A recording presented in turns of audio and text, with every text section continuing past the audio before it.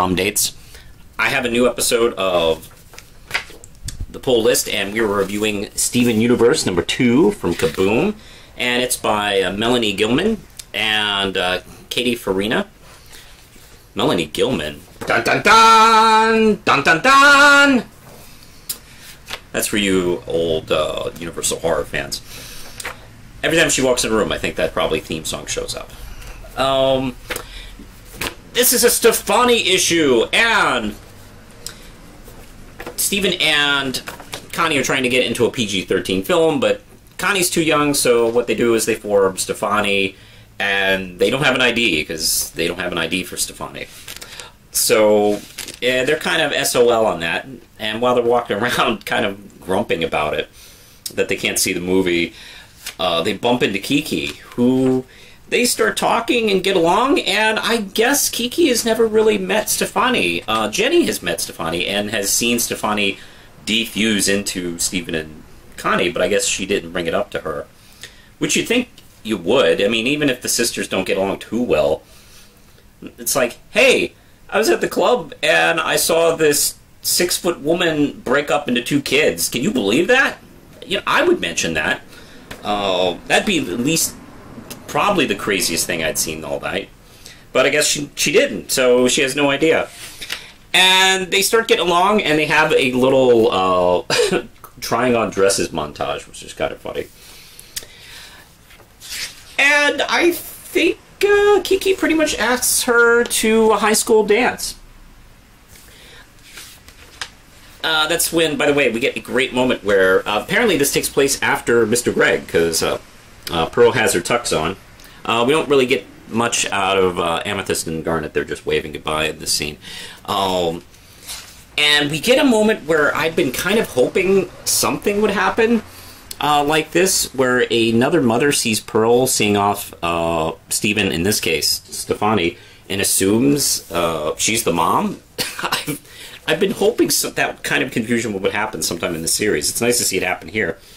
This is when Stefani realizes that, oh, hey, Kiki's kind of into them. Then they break off and go on into the restroom. That's when they have this great panic attack. Like, oh my god, she likes us! What are we going to do? I can't believe it! I really love this discussion, and they have to kind of figure out.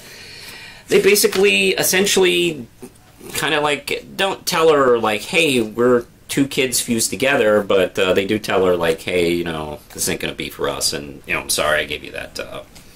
It's, the ending is a little quick. There's not too much as far as any more drama on that, but then again, Kiki just met Stefani earlier that day, so she probably didn't have that much time to, like, get too emotionally attached to her. So it's dealt really well. I really enjoyed this. This is actually, I think, better than the first issue. I really enjoyed this a lot.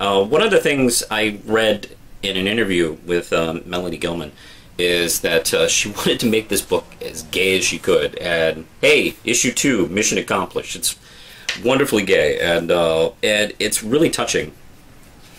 And there's some really real moments in here where you realize, like, I love the moment where they realize they've kind of just accidentally stepped into the situation. They're kids, so, you know, and, you know, they're young. And it does bring up the question, like, how old is Stefani? You know, is Stefani, like, their age or their combined ages? It actually is a valid question, and does kind of, I love the fact that this digs a little bit into that question. And doesn't really completely answer it. For the most part, it actually kind of leaves it open-ended, which I think is a good idea. I really dug this a lot. There's definitely some aspects to Kiki I never even looked at. I mean, how does Kiki see Stefani? Does she see Stefani as female or male, or did it not really bother her? That definitely kind of dug into, like, you know, I never thought of, you know, Kiki kind of like, you know, being heteroflexible or a little bit, you know, pansexual or whatever the hell. But it really was interesting. I dug this. So Yeah, love this one a lot. I'm going to give this 5 Ram Chips. This is one of my favorite comics of last month. I think it's really, really good. Worth checking out. What did you read this week? Let me know before in the comments below. And if you seem to tolerate me, that's great. You can comment, like below. There's a little bell thing if you want to get notifications on when new videos are coming up. And I have a Patreon. I'll let you know in the credits. These credits, right here. Push the button, Lindsay. They don't play the song